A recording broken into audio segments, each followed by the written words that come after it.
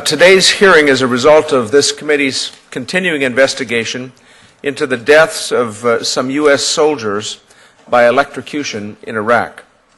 That investigation has led us to internal Pentagon documents that show in 2007 and 2008, Contractor, Kellogg Brown & Root, received bonuses of $83.3 million for work that, according to the Pentagon's own investigation, led to the electrocution deaths of the U.S. troops. Let me repeat that.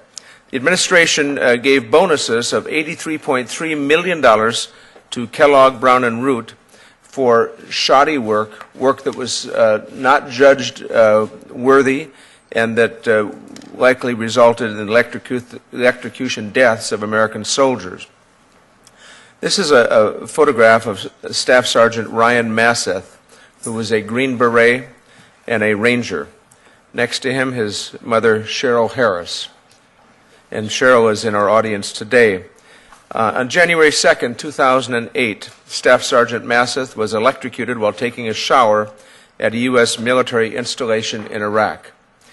We show his picture with the consent of his family only because it's important for people to understand these issues are not some abstraction. These issues deal with real people, with great tragedy, and this is the photograph of a wonderful young soldier and his mother, a Green Beret and a Ranger named Ryan Masseth. In a hearing that we held last July, we obtained testimony that Kellogg Brown & Root had known of the very electrocution hazard that caused Mr. Masseth's death at least since February 10th, 2007, 11 months before Ryan Masseth's death. KBR's internal inspection records of the facilities where Sergeant Masseth lived showed that, among other things, the building's main circuit panel, the secondary feeder panel, and the water tank were not grounded. In fact, the prior occupant of Sergeant Masseth's room was shocked in the very same room 4 to 5 times between June and October 2007 in the very same shower where Ryan was killed. According to his sworn affidavit, each time this soldier was shocked, he submitted a work order to Kellogg Brown & Root, the contractor. Each time, Kellogg Brown & Root showed up and supposedly fixed the problem, but the shocks persisted. The Defense Contract Management Agency had been warning about pervasive problems with KBR's electrical work since February 1st, 2007, when a memorandum described, among other things, quote, problems with KBR's control of subcontractors' safety programs based on the number of violations noted. This was particularly problematic because, as we learned in previous hearings, KBR routinely hired unqualified third-country electricians who spoke little or no English. Despite this pattern of faulty electrical work, KBR was awarded $83.3 million in bonuses, award fees, for electrical work in Iraq in 2007. I have only just learned of these award fees, and I was astounded, to say the least. Work that we now have dug out to be, and we know to be from investigations, shoddy, unprofessional work that has put the lives of soldiers in danger and has cost the lives of soldiers, is now rewarded with $83.3 million in bonuses. KBR got $48.9 million of these bonuses after the Defense Contract Management Agency sounded its warnings about pervasive problems with KBR's electrical work.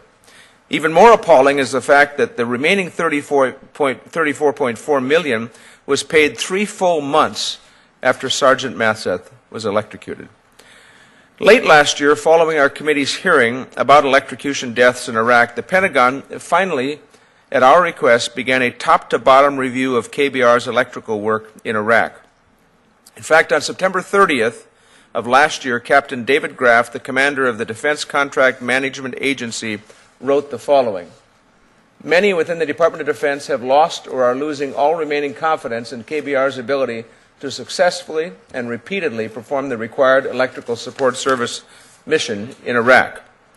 This conclusion was, if anything, an understatement when you consider the Defense Contract Management Agency had found the following, and I'm going to show that on a chart. In their 3-month investigation, they found 26,205 incidents of improper wiring, 5,225 incidents, errors with fuses and panel boxes. I don't need to go much further, but when you talk about thousands, tens of thousands of examples of inappropriate and shoddy work that have put soldiers' lives at risk, how could it be that that work results in $83.3 million in award bonuses or fees paid to the contractor? The bonuses are supposed to be offered for these purposes, and if we can have the other chart, please.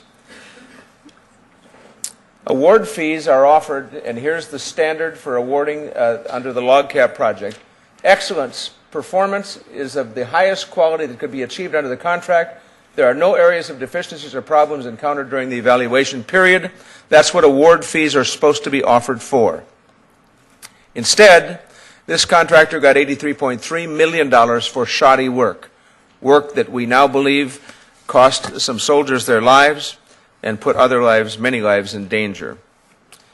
Now, I want to read into the record this morning, Deputy Secretary Lynn at the Defense Department, in response to our investigation with these bonus payments, and by the way, it was not easy to discover these bonus payments, and I've had phone conversations with folks at the Pentagon, including Deputy Secretary Lynn, about this issue.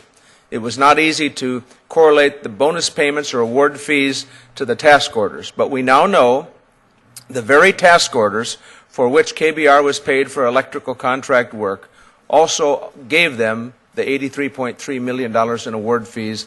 I think it is stunning incompetence. Now, here's what Deputy Secretary Lynn has said as of yesterday in a letter to this committee. Number one, no future award fees will be paid under Task Order 139 until the contracting officer, the Defense Contract Management Agency, and others complete a comprehensive review to ensure that information available to the award fee is accurate and complete, and they brief the Assistant Secretary on their final deliberations. Number two, he has asked the Army Material Command and DCMA to, quote, review the award fee board governance construct and provide recommendations for improvement. And number three, we've asked the Secretary of the Army to have the U.S. Army Audit Agency, an independent body, examine the award fee determinations made under Log Cap 3 for Task Order 0139, which is this task order, to ensure they are consistent with applicable policies, regulations, and contract provisions. In addition to these assurances, I have asked the Pentagon for assurances that when they have investigated and discovered what we now know, that they will take action to recover these award fees. And this raises even more questions in my mind about who's giving out award fees, for what purpose, how is the taxpayers' money being spent in pursuit of shoddy work. This is not a hearing that we call to just tarnish one contractor. It just turns out that one contractor got the massive numbers of contracts under the log cap contract, and much of the work has been inappropriate and shoddy. In this case, the work, we believe, resulted in the deaths of some American soldiers. And I want to put up one final chart and then call on my colleagues, and I appreciate their patience. And that is a chart that describes the language from a Defense Department investigator last December, and this is still under investigation, and this is the investigation with respect to Sergeant Masseth. We have changed the manner of death from accidental to negligent homicide. This from a Defense Department investigator. This is still under investigation and review at the Pentagon. But this is not some fanciful trip to try to see if we can tarnish someone's reputation. This is a search for the truth. And the closer we get to the truth, the angrier I get about what's going on in this government. And we need to change it.